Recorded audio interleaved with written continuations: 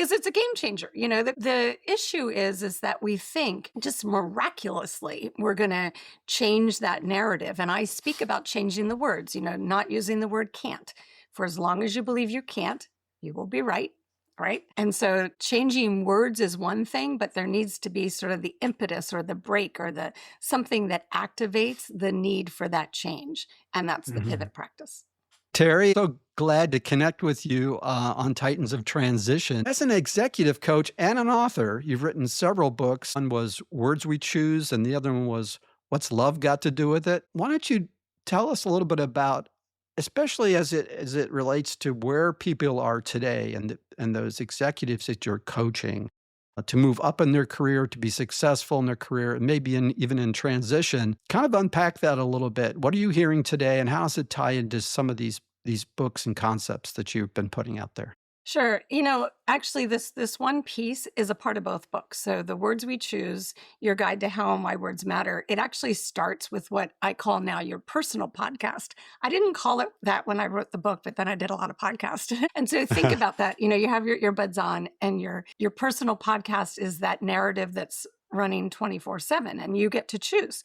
You get to choose the stories that are told. You get to choose who comes on. Is it your mother-in-law at 3 a.m.? You're the director, the narrator, the host, everything, right? Yeah. So Joe, you would be surprised at how much coaching I do for helping people control that narrative and make that narrative what they want it to be and what they need it to be. So often the narrative loops over and over again related to stories that no longer serve them, something from their past, a past employer, a past relative or what have you, right? Yeah, I think of that statement, get out of my head, right? I mean, these soundtracks that keep playing in our heads. Yeah. Right. And we can control that. So that's actually the first chapter of that first book. The second book isn't quite done. It's all very, very close, but it's called Leadership, What's Love Got to Do with It? Yeah. Yeah, it's very, very close. And the reality is that to be a loving leader, you also need to have self-love, and self-love is relevant to that narrative. So if we're always beating ourselves up, we lack self-compassion, we're also then unable to show that to others. And why that's important is I coach so many executives right now that are wanting to be promoted within their organization, or they're looking for an external position. And that's a difficult thing right now in the job market. Well, imagine how much more difficult you're making it if that internal narrative is not serving you. And if you're really spending most of your time ruminating and catastrophizing over what you may or may not be able to do, as opposed to leaning into your strengths and being very secure and certain about your accomplishments, the value that you bring, and what you do well. Yeah, because that shows up, and especially whether you want it to or not, whether you're even aware of it or not, it shows up. And, all this discussions about being authentic and transparent, that people try to do that sort of as a mechanical tactic, but they're still not dealing with what's kind of under the surface. And so I guess part of the process has been with many of your clients, you're helping them to have awareness for that. Yeah, I in the past, maybe let's say at least 2 years, if not 3, pretty much every client at some point when we start talking about some of the words that aren't serving them, some of the narratives that aren't serving them, I'll ask them, do you meditate? Do you have a mindfulness practice on a daily basis? And, some people receive that differently than others, but eventually, during the course of our time together, I believe just about everybody comes to see that some sort of mindfulness practice, stopping and really looking inward, serves them really well. And that's the ticket. That's the key. That's like kind of what unlocks their ability That's the unlock to have more control over that narrative. Yeah. Yeah. That's cool. That's cool. So give me some, if you can, give me some examples without obviously naming names of where that has been a real aha moment for one of your executive coachees. Absolutely. I actually have recently had an executive that started out by telling me some issues that they had with another individual, like a peer, let's say, and I don't want to give too much away, but anyway, they had an issue with how a peer how they interacted with a peer. And the stories that was hearing really made me pause and think, well, wait a minute, this person is accepting the information that the peer is offering them, and they're allowing it to denigrate them. The words that the peer is choosing is denigrating this individual's self-esteem, self-worth. And so we went into unpacking that. And the reality was this person didn't believe it for a minute. Like they were aware enough to say, it doesn't feel right and it's offensive to me. And yet Mhm. the way that they were explaining to me very much was in a place of really not owning it Mhm. initially. And so we started to talk about those word choices that the peer had, and we peeled back the layers of what the individual really did believe about themselves. And so they were able to then reiterate that over and over and stand in their own truth and stand in their own beliefs, and then in essence stand up to what the conversation that needed to happen. And then that everything changed. As a matter of fact, the person was promoted, and it's all a beautiful story now. Right.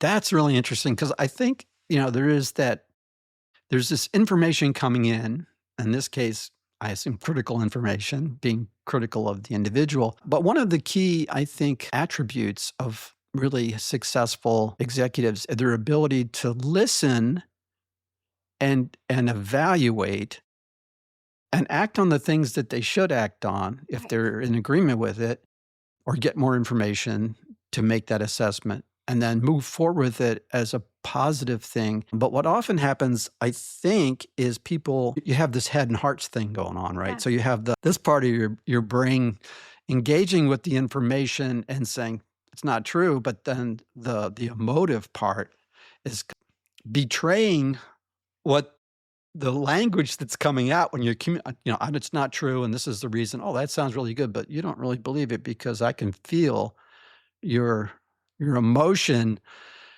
feeling put down or I mean, it's a ding on your confidence. It's causing you to behave in other ways that betray what you're telling me. So is that part of what you meant by Right.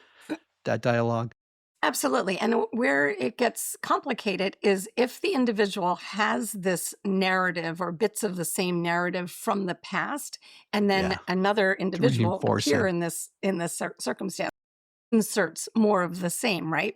So I have no idea how I started seeing it this way. Well, actually I do. I took a neural mindfulness course, and I'm really liked Joe. I tell you, I really can geek out on the neuroscience behind all this. But so I started Pathways. visualizing. Yeah, I love it. So I Yeah. started visualizing that narrative being a spiral, a downward spiral, and it spirals Mm. down and down and down. And what I learned from the neuroscience is that at some point, the easy way, I call it the yellow brick road. The yellow brick road is the easy path then, and sometimes in neuroscience they speak about it as a record where you get in a groove and it goes around and around. Yeah. For me, yellow brick road, we know these bricks, we know this pathway, and we follow it along because we always have. Comfort. So what has to happen is that there needs to be a break, some sort of pivot, some sort of break as the spiraling thoughts and stories and narratives happening. There needs to be a physical break before you choose to go on the yellow brick road or into and I call that a pivot practice. So I coach just about every client to choose a pivot practice. It can be as simple as, and you can do this with me, rubbing your index finger and your thumb together and feeling the ridges on them. Occasionally somebody will Mhm. tell me I don't have any ridges, but just something as simple as that. I also like this, putting my hands together like this and doing something in a couple of deep breaths, maybe 3 deep breaths, less than a minute, doing something that is my Interrupt. activation. Yeah, my activation to say, spiral happening, not going on yellow brick road. Yep, that's right. It's a literal timeout. And I take those few breaths to reset and to send myself on the upward spiral in the direction of what's in my Mm. heart and what I do believe and what does Mhm. serve me well. So Mm. that's a very key practice that pretty much everybody is subject to hearing about because it's a game changer. The issue is that we think just miraculously we're going to change that narrative. And I speak about changing the words, not using the word can't. For as long as you believe you can't, you will be right. Right. And so changing words is one thing, but there needs to be sort of the impetus or the break or the something that activates the need for that change. And that's the pivot practice.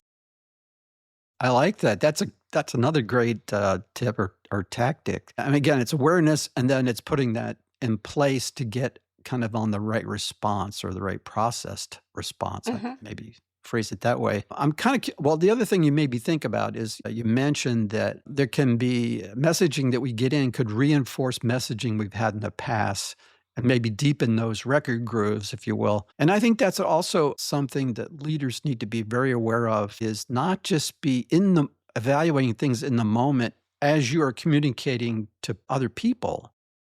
Hmm. It goes the other direction. So be mindful for and see if you see a response that seems inordinate to the information that you're giving, it could mean that there's been reinforced messaging or reinforcement going on, whether it's true or not. I'm just saying that sometimes we're Right. a bit baffled by the response we get for people. Right. So that's wrapped up in the word choices, perhaps my word choices to that individual, but then also how they Need to hear be those words. So let's talk yeah. for a few minutes about those word Yeah, choices. yeah. Yeah, It's I great. threw out can't, right? And that's a stopper. It's some of the other ones that people allow to be in their narrative and then they squeak out in what they say to others too. So if my narrative informs that I probably won't meet my goal or I might be able to do that, but not possible. If that's how I'm talking to myself, then that's how I'm saying it to others. In other words, Mhm. I'm not certain and I'm not owning it. And particularly when leaders do that, when leaders say, well, we might meet our Q4 goals. And I think to myself, okay, will you or won't you? Yeah, Figure yeah. that out, right? That's what we rely on the leaders to do. So abandoning those uncertain, wishy washy words and just abandoning them and owning what you believe to be true. I'm a big fan of that. And again, it starts internally. If I'm a little wishy washy about my capabilities and my strengths, then that's how it's going to be portrayed when I speak as well. I'll give you a couple of pet peeve ones as well. When leaders say, I think, and or if they combine it all together and say, I think maybe we'll probably be able to string all those uncertain words together. Makes me a bit crazy. But I always think to myself, when a leader says, I think I'll be able to do that or what have you, what goes through my head, Joe, is that's why you make the big bucks. That's why you're the leader. Yes, exactly. Right? So let's be a little more Yeah. certain. So I will, I intend to, instead of I think. Sometimes leaders will say to me, well, Terry, I'm the top executive in the room. And in order to open up the dialogue and invite others in, if I say with a lot of certainty this, that, or the other thing, then maybe I'll hold them up. So occasionally I use I think to soften what I believe to be true. And I get that. I just would use that more in cautiously, Mhm. more sparingly, and replace it maybe even with my position is, or I believe such and such. And that's way different to me than saying, I think. You're just really Yeah. unsure. Right, or given the information I have right now, this is my Right. call, Right. right?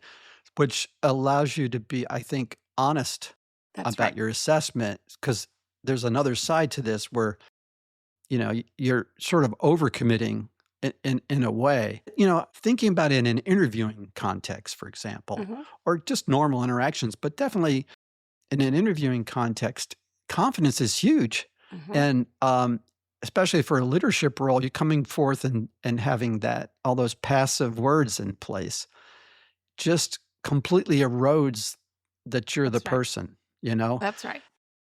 And And yeah, go ahead. yeah, I was just going to say, I'm guessing with in your own coaching practice, in the last year, maybe 2 years, how often do you hear somebody say they want more executive presence? Is that a buzzword to you? I I am reshaping one of the two communities I have right now and moving it from sort of a hosted monthly meeting and breakout sessions on technology leadership Hmm. topics. Hmm.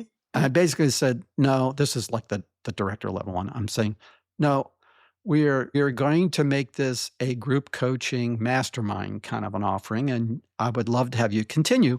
But one of the topics I put in there was what I kept hearing from, which was executive presence. And they're like, this is great. I think of you opened up the yellow brick road. So I'm going to give you another one from The Wizard of Oz. And that's at the very end when Glinda was going to send Dorothy back. Do you remember? I mean, she said, well, you could have always gone back, but you wouldn't have believed it. Hmm. Right. Hmm. And so there's this disempowering aspect to this language piece too, right? Right. Where That's they right. basically are taking themselves out of what they desire. So it's like, you want executive presence, you need to exercise, you need to act like an executive, and you need to deal with any issues that you need to deal with to make sure that's an identity you can hold and live into. Right. And so anyway, so there's a lot of or disqualifying kind of language that Right. happens. That's right. Yeah. Well, you made me think of that when you said confidence, that Yeah. people want more confidence. And that's a big component of having executive presence, right? So there's the gravitas involved in it. There's communication, how you communicate verbally and non-verbally and such. And then there's your preparation. Those are three key components to having executive presence. All three of those build confidence. There's some research about confidence, how some of the preliminary confidence work in your life is done when you're a child, things that are said to you and such. But you can grow out of that. You can do the work to grow out. If said event in your childhood was uh, added a lack of confidence, you can grow out Mhm. of it, right? In some cases, like for me, an example, I say this a lot. I say it in my book. I talk about it with clients.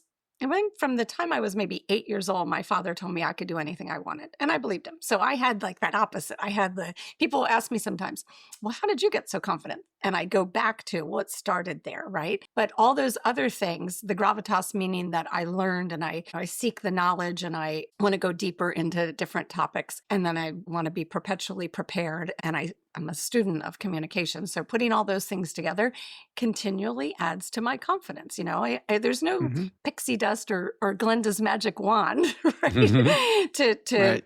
if there was, I would tap that wand on everybody to help them be more confident, from the highest executives I coach into the people just starting out. But that's not the case, unfortunately. And so, how can I help them? I can help them by thinking about the strengths that they do have, the value that they do bring, the words that they choose for themselves, and when they're in conversation with others, and choosing ones that are supportive and uplifting. And yeah, that's the pixie dust. Yeah. Another point that I guess in your new book that you're almost done with, what's love got to do with it? So, what does loving leadership look like in a high stakes corporate environment?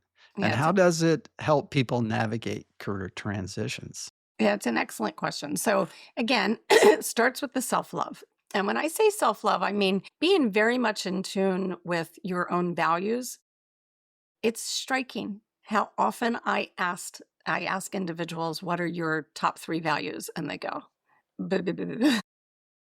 It's wild. not so sure, right? And Yeah. so let's start there. And so, what are my personal values and how are they aligned, or are they aligned Aren't they? with the organization's values? And so, that's the kind of, for me, the place to start, and the alignment there. And then, if I'm a leader in an organization that, let's say, says, we're going to downsize and we're laying people off, how do you do that in a loving way?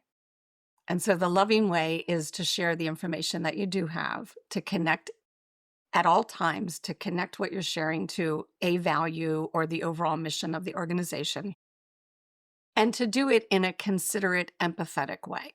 That's the loving way, even to do the most difficult of communications. There's a way that you're able to be empathetic and to be transparent, to be vulnerable in what you're sharing. Because, so often the leader that's reviewing with me how to let people go or how to do something Mhm. that's incredibly unpleasant for them, They need to own it first, and they need to feel into it and have self-compassion for themselves and for the information that they need to share. And once they have a solid handle on that, then they're able to in a vulnerable way, very transparently share what needs to be shared and be empathetic in the doing of that, right? So again, gets back to word choices, but all components of leadership. And what made me write this book is that coaching day in and day out, how to have effective one-on-one meetings, how to own your calendar better and weave in your own well-being and lead from a place of prioritizing your own well-being. And so all these different things that I find myself coaching, executive presence, what have you, all of those things can be approached. All of those leadership components can be approached from a loving place, from the loving place of Mm, oneself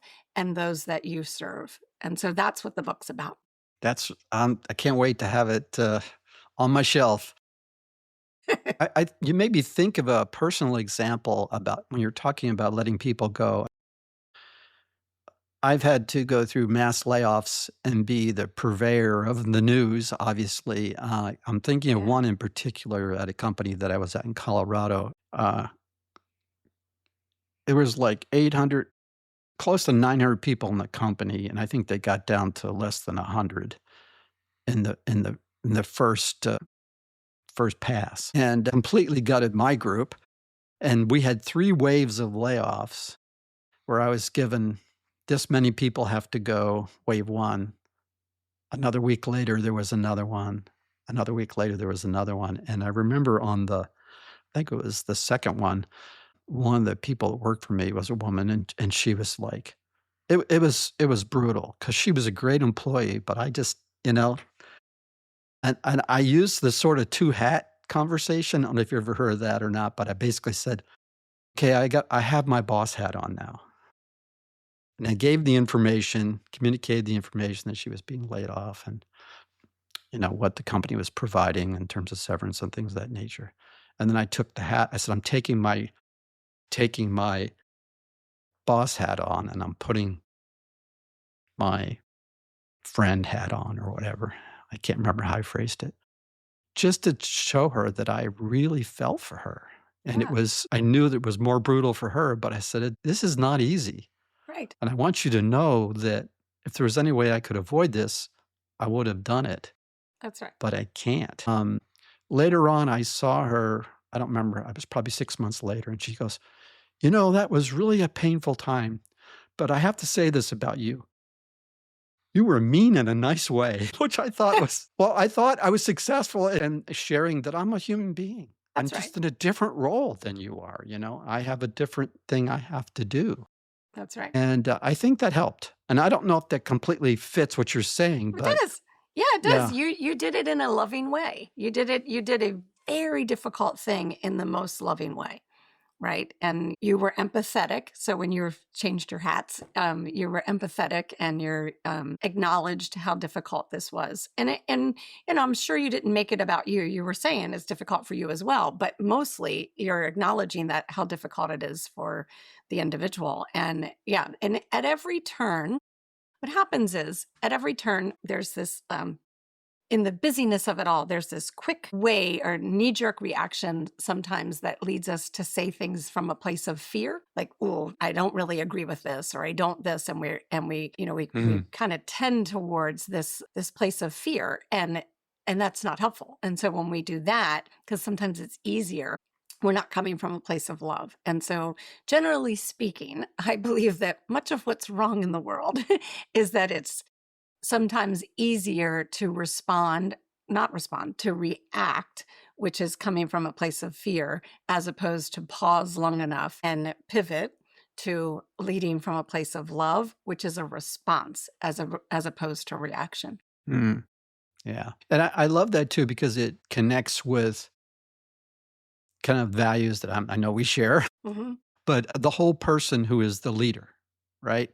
Rather than compartmentalizing yourself and going in like an actor on stage, for the majority of your life and fulfilling this role on stage to be successful. So I love that. And kind of pivots in well, go ahead. You have something Well, I was you just want to going to say, respond? sorry, I was just going to say that's why I lean heavily on the well being piece.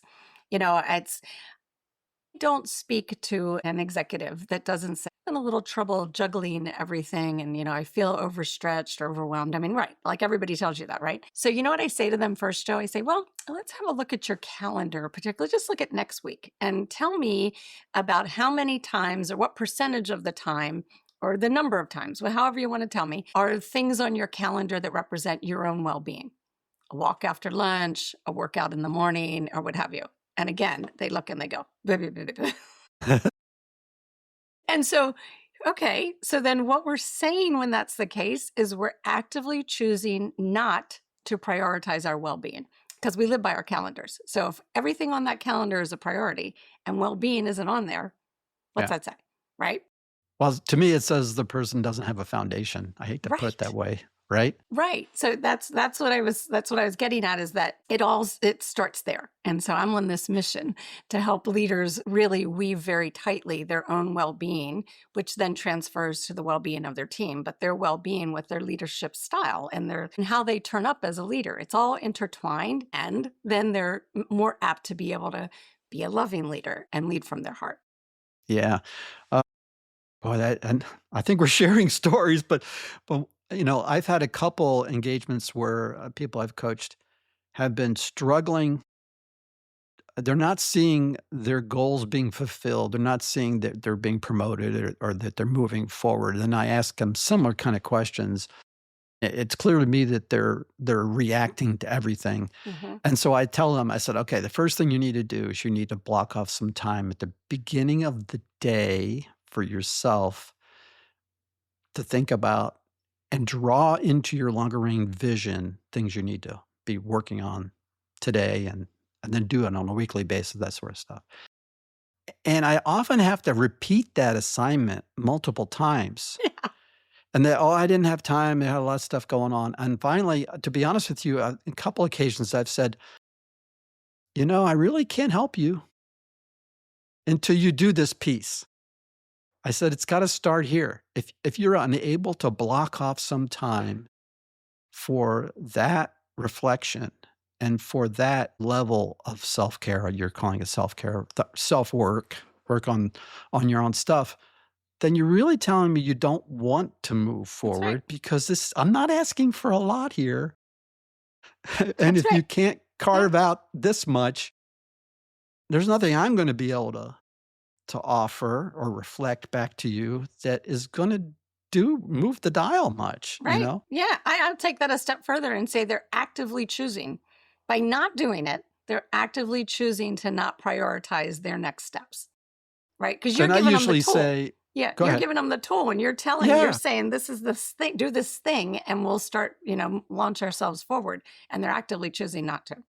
So I usually suspend my engagements are for a certain period of time, like a 3 month, or otherwise I can't. You're not serious. And then I'll say, okay, well, you've got a few months left. So call me when you're ready, when you've started this. And I'll be glad to pick up. But right now we can't meet.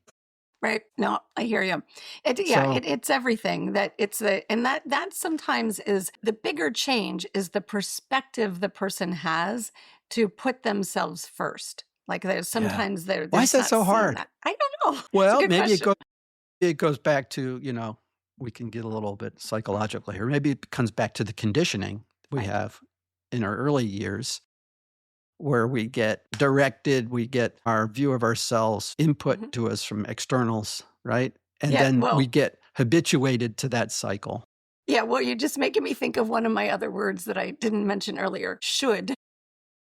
Woulda, shoulda, coulda. Okay. Should. Well, we get Should. we get stuck in what we should do or that we shouldn't prioritize ourselves. Like that conditioning that you're saying is Yeah. that should thing really holds people up. Should or shouldn't, either way, right? That I shouldn't be prioritizing myself or I shouldn't spend time in my workday to, carve out and think about or strategize on these next steps. I mean, as simple as this. Some executives go meeting to meeting to meeting to meeting, and they Yeah. think that they shouldn't block time that somebody might put another meeting in 1 hour or 90 minutes or even 2 hours to do the work born out of all those meetings they've had. All right.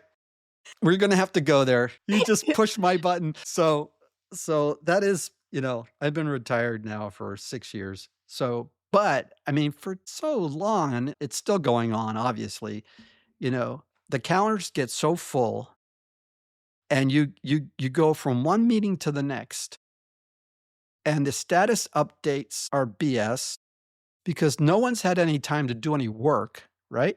Right. Right. Right? So you just keep kicking the can down the road, Yes. and it's like, what is the purpose for meeting? You know? Right. It makes Yeah. no And then you sense meet at again and you all. repeat. Yeah. Yep. And so, people just make commitments that aren't real without any and they hold commitments, they can't possibly get them done, or if they do them, they're burning the midnight oil or something. Right.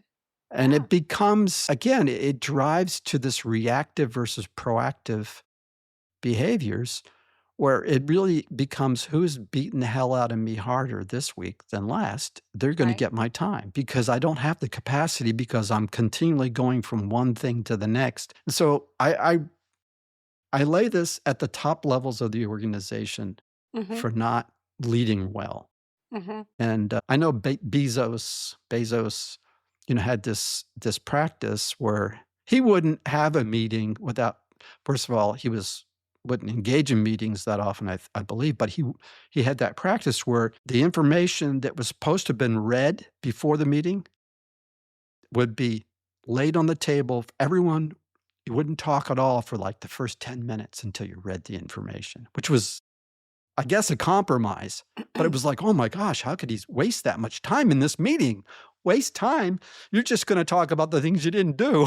Right. Right. And you didn't even yeah, anyway, so Right. Well, meetings is a big issue. here's my meeting feedback, and this is the loving way to approach meetings, right? Well, first of all, I'm a fan of the 25-minute meeting instead of 30, so you Yeah. have that 5-minute transition, and then 45 minutes, 50 at the most for the other meetings. And if I'm coaching an individual at a very large organization, I don't imagine that they're going to change that for everybody, but they can change that for their team and they can start creating a better practice. So there's the timing of the meetings and then blocking. I personally block 15 minutes between each meeting. Well, that's easy enough to do. If the meeting's 45 minutes, then the buffer is the 15 and I go to the next one, right? And so what do I do in that 15 minutes? I really do recap my notes and see what maybe even put in my calendar next week an action item related, block the time action item related to this meeting. So I'm doing that post meeting information. And then I have a few minutes for prep. And sometimes, quite honestly, Joe, sometimes that's simply the centering myself and 3 deep breaths and getting my head In the right transitioning space. from where I was Yep. to where I need to be for this meeting. Right. And it's nutty that that's not the norm. No. Mhm. Yeah. No, it's like we're on public transportation and the bus stop is people come on and we have a new meeting, so it's like going from one to the next. But anyway, that was our segue into meeting frustrations and career fulfillment. So people often talk about success and, the externals, the achievements, the promotions. How do you get into the topic of fulfillment? Because my belief is that people are all at a subconscious level, maybe some conscious, really looking for fulfillment, Hmm. but they're chasing other things, hoping that that would give them fulfillment. Hmm. And so sometimes, especially in mid career, I find people are kind of they get to this point where they're like, even very successful people can go, yeah, I'm burned out. And they're thinking there's something that they're doing wrong, but they're really like pushing this rock up a hill and it's just they're worn out. Well, I don't know if you use this tool as a coach. I've actually it's very pervasive online and I've modified it to be sort of the Terry Short way and I'll explain why. And it's the wheel of life. Simple wheel of life. I don't know if you've used that, but for your Familiar listeners, with it. you have this wheel. And if you look online, it says cut the wheel into 8 slices. And the slices are going to be the areas of your life that are important to you. Terry Short says, well, what if I have 6 or what if I have 9? I get it that it's easier to cut the pie into 8. but maybe I don't have that many. So I abandoned the actual number. And then the other thing is that some of the online versions, they tell you what the individual segment should be. And I'm not a fan of that. I think that it's different for different people. So an example would be the difference between putting one of the segments as religion or spirituality. You know, Mhm. it resonates differently with people, right? So I have people start there. So what is it? What is it that makes up their wheel? And then, zeros in the middle, tens on the outside. And so where would they currently say they are tracking? And so if they say they're a 5 for financial Mhm.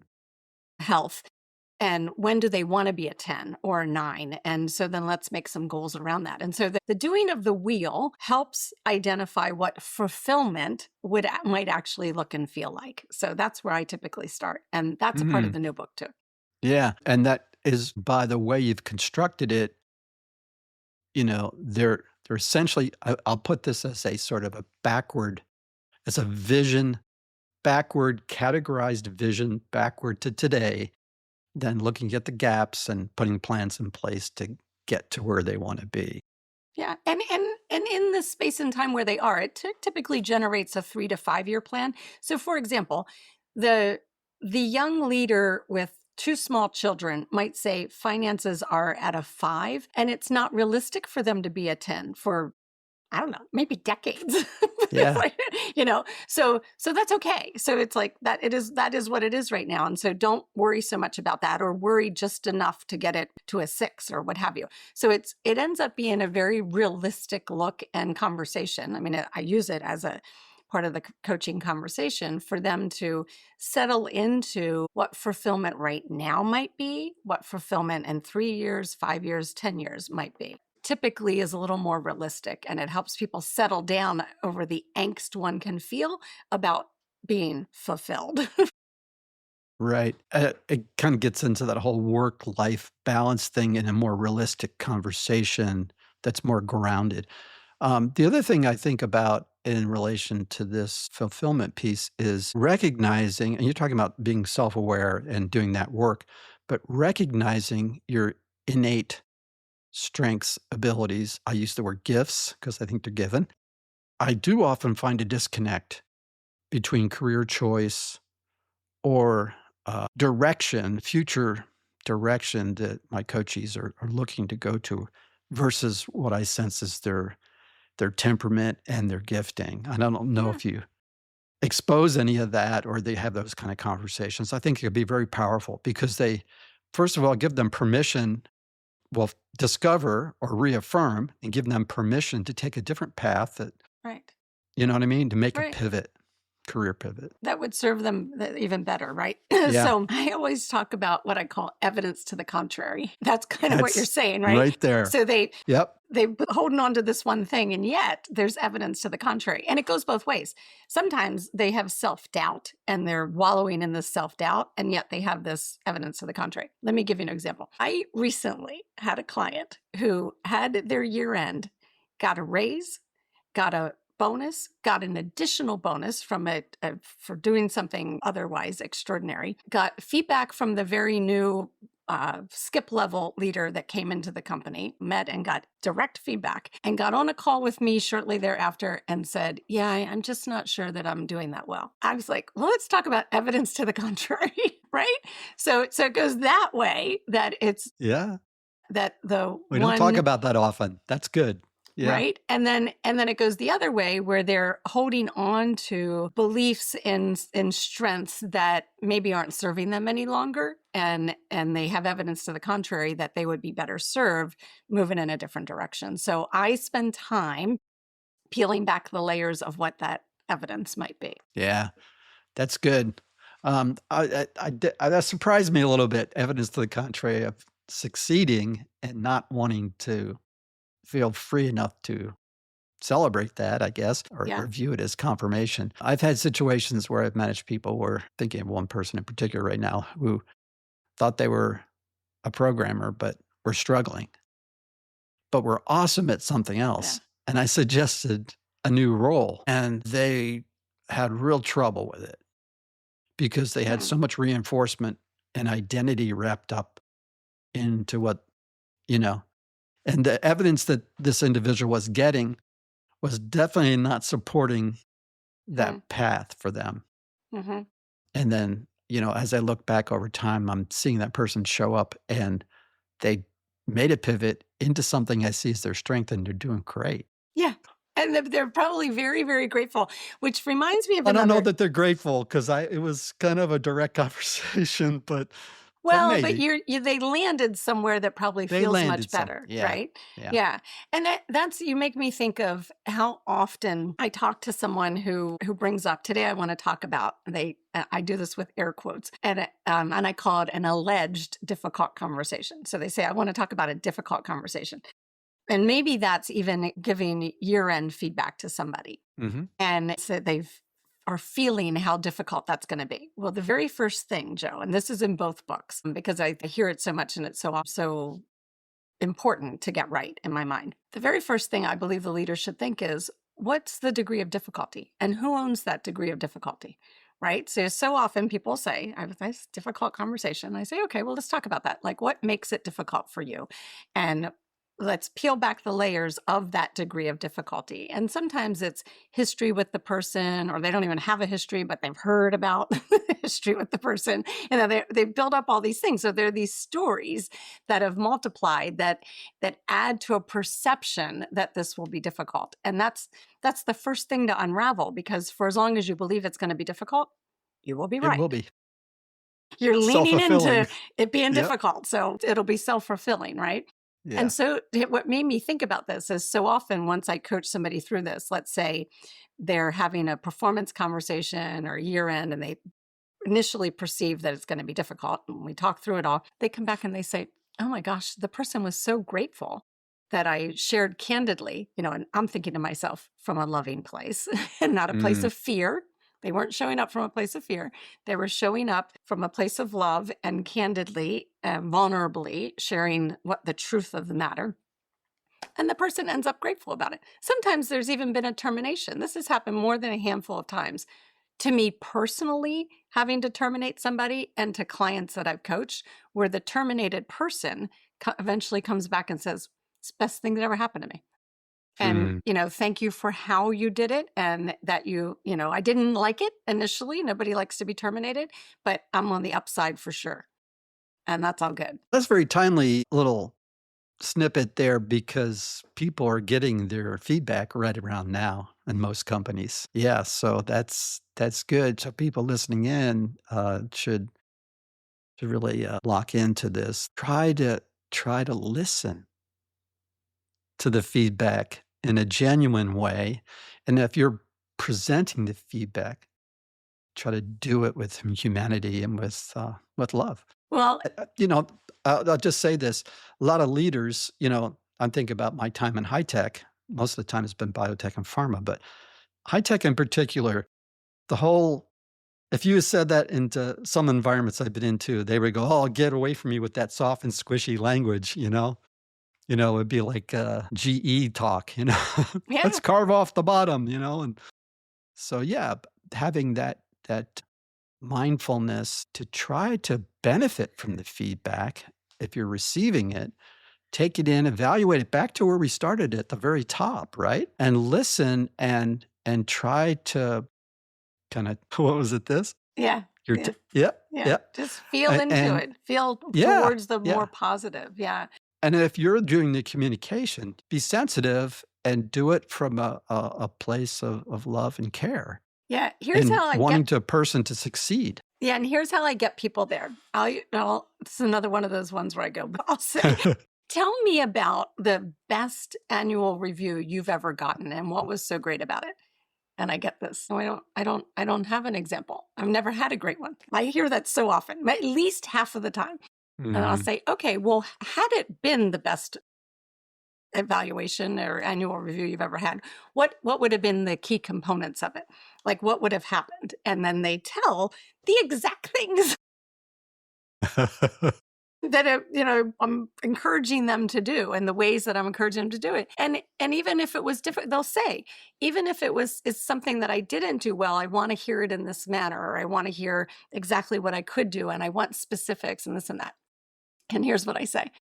Well, 10 years from now, when I ask your direct report, should I be coaching them? Or somebody, or Joe Miller, ask your direct report, what's the best annual review you've ever had? I want them to say you. And what's it going to take for Nice. them to say you? Yeah. Right. Yeah. And then they go, oh, yeah, okay. And they can think about it in that manner and not be fearful about it, but be confident and concerned enough about doing one of the best reviews ever that they lean into a loving way to do it. It's awesome. It's great stuff. Boy, what else should we talk about? I mean, we've touched a lot of things. This has been great. I think oftentimes people who are on the outside of the coaching industry may not really maybe take a few minutes and talk about what coaching is. Because I don't know if you get this. I get a lot of confusion at times early on when people are considering doing coaching. How much is they often want to have domain knowledge, which is to me, you really maybe you're asking for mentoring or something else. They're often just give me some advice or give me the cheat code and based on your experience. So let's talk about that a little bit because people may want to engage you. That would So be lovely. or a coach in general based on our conversation. Yeah. So I tell every new client this story, and I've actually written about this before. So if you're learning to ride a bike, the mentor would come along and the mentor would say, let me tell you about the bike that I chose and what performance I was looking for. And let me tell you how it served me over the course of my career. And let me introduce you to some people I've met along the way. Let me tell you why I went this way on the trail as opposed to that way. And it would be very much based on their experience. The coach would come along and say, let me ask you a gazillion questions that gets at the heart at of what performance you're looking for on the bike and what will matter to you. And let's talk about the potential paths in front of you and what appeals to you with this path and so on and so forth. But asking questions, what and how based questions to get at what's important to them. Then the therapist would come along and say, Joe, let's talk about what's happened in your past that's preventing you from riding the bike. Yes. Right. And Yes. so, and they might even ask how it feels to ride the bike or to move in this path or that path or what have you. So I always start with that, the difference. On top of that, I think what really the hurdle that I believe we coaches have been still getting over is that is a decade ago, maybe even as early as 5 years ago or as recent as 5 years ago, coaching was almost exclusively used as a performance improvement. Yeah. Right? So like you're not doing well, I get you a coach. Yeah. And it's Right. not like that anymore. I mean, it's No. Thank yeah, God. it's a way to elevate your performance for sure, but in a positive, supportive way, not because you're particularly doing anything wrong. So luckily for we coaches, top executives and top organizations in this country get that and are now sort of trying to offer coaching at various levels so that people can grow as they go. One of the things that I say in my book is that I'm on a mission to help people be sage at any age. And what I mean by that is that you don't have to wait until you're the VP. I mean, you're actually in trouble if you wait till you're the VP to learn some of these leadership, capabilities. And so get these practices in place when you're the evolving or emerging leader, and you'll be better off and you'll be sage at any age. Yeah. I really like that. I'm glad you brought in the therapy thing on too, because I think sometimes there's a tendency of people to because a lot of the coaching tends to be non-directive and you are asking questions and Mhm. people can the coach needs to be careful to stay in their lane for sure. But Right. I think the coachee sometimes might be a little confused thinking, are you taking me down one of those kind of paths? But also think about it as sort of a thinking partner, a trusted, confidential Right. thinking partner who Right. has experience with growing, helping people, and reflecting what they see. I'm certified from the John Maxwell team, one of the certifications I have, and we did a exercise in the certification process that I think you might kind of resonate with when it comes to coaching, where the whole room, and there was hundreds of people in the room, to be honest, broke up into small groups of like 4 or 5, and it was a juggling exercise. Not very many people know how to juggle, right? Right. And so it was a typical sort of triad arrangement where someone was, the observer, someone who Hmm. was the coach, and someone was the person who was doing the juggling. And trying to draw forth what a coach does versus a mentor, Hmm. and the coach doesn't really know that domain of juggling, but they're making observations and they're engaging with the coachee saying, "Oh, I noticed this. Right. Why don't you try that? Let's see how Right. that works." It's a little bit overly simplified because coaches have frameworks and things that really I help. love that. Yeah, It I was love it. crazy exercise. And actually, it was very chaotic. The balls were going all over the room at times. But, uh, there was some experiences where people said, "Hey, I actually made progress." And Right. it was like 45 minutes. Yeah. Wow. Yeah. Well, I love that. And I bet you the mentor, I don't know if you got this far, but the mentor would say, I know how to juggle and let me show you Yeah. how I do it. Yeah. Right. And, Yeah. show Exactly. you. Keep your Right. eye here, blah, blah, blah, whatever. Yeah. I don't even Right. know. Yeah. I love that. I'm going to use that again if that's okay. I'll give credit where credit is due. It was Christian Simpson who was doing the coaching certification with Maxwell at the time who did that exercise. Well, this has been great. I just don't want it to end. Let's Me see. What neither. else can we? Well, let me ask you this question, and it'll help us cap it off kind of in my standard way. Your own personal journey. How did you come to this career of being an executive coach? Yeah. So I like to say, and I have previous bosses who say, Terry, you would coach anybody. And I like to say I've coached for decades, even when that wasn't my formal role, right? As a Right. leader, I found it incredibly important to coach my team and help them grow and learn and, eventually leave me because they got so good at what they were doing. So off they went. But to me, that was a good reflection on me, right? And I still appreciate the people that I'm in touch with that occasionally call me for what they call Terry time and maybe a little coaching, informal coaching. And so as a leader, I found it very important to be coaching others. And then I started, and to be honest, Joe, I was in the corporate world, out of the corporate world, doing my own business, 15 years, Hmm. my own business, coaching and consulting, into the corporate world.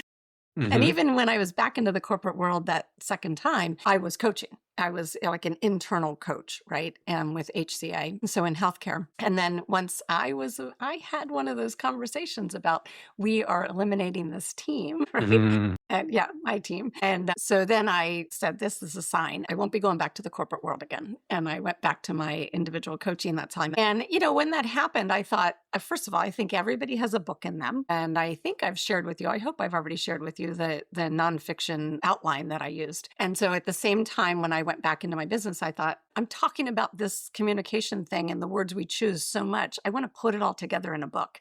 And so that's what caused me to write that book. And the same thing with this next book is that I thought, I'm talking about these things day in and day Oh, out. I want to yeah. pull it together and, have it as a general resource for people. So, yeah. So it sounded like you were doing coaching all that, informally in your roles early in your career. You stepped out, you went back in, you went back out, you confirmed that that's what you wanted to do full time. So you were exercising, I'm going to say you were exercising your natural gifts. I hope so. Well, I did hear some confirmation from the outside coming back in. Yeah. Yeah. I did hear that people were being successful and moving up based upon your coaching. Right. But there was no aha moment or anything like that where you said, I need to be a coach Not that versus no, the not that other title you had.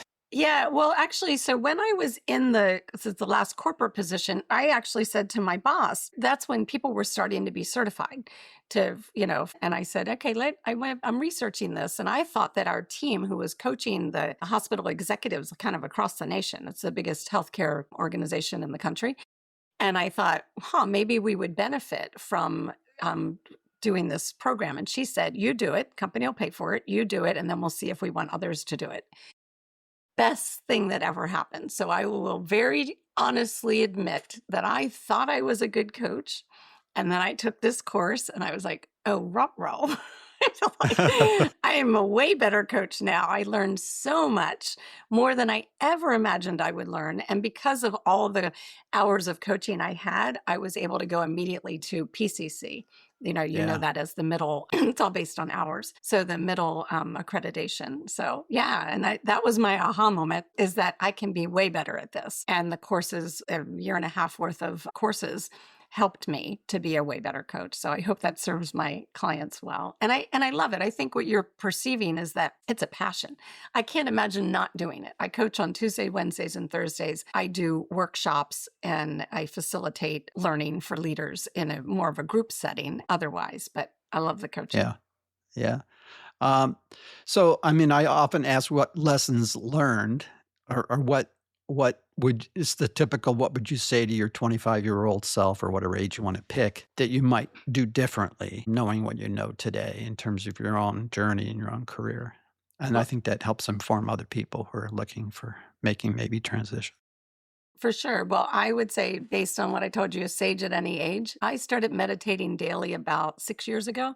I'd have been doing that at 20, because I see the value of how it settles me and how I'm able to Centers. respond better. Yeah. Amishi Jha wrote the book Peak Mind, and that's a book that I advise to a lot of my clients, because she proves that 12 minutes a day is what enables you to have your peak mind as needed throughout the day. And so why would I not do that? And I would have been doing it at 20. Mm. All right. Great. Listen, Terry, thank you so much for being on Titans. I think it's going to benefit anyone who listens all the way through. Best ways for folks to reach you? Absolutely. My name is spelled differently for Terry. It's Terry, Terre, at thrivinglc.com. And the LC stands for Thriving Leader Collaborative. And so that's my website as well. So, or LinkedIn, finding me, because it's Terry spelled Terre short. You can find me on LinkedIn pretty easily, like you did.